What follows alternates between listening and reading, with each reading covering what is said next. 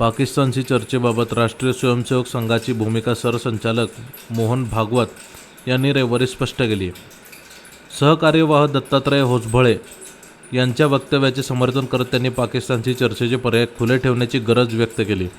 पाकिस्तानविषयी संघाचे केंद्र सरकारपेक्षा वेगळे धोरण नाही, केंद्राच्या धोरणानेच आम्ही चालत आहोत, असे भागवत यांनी नमूद केले.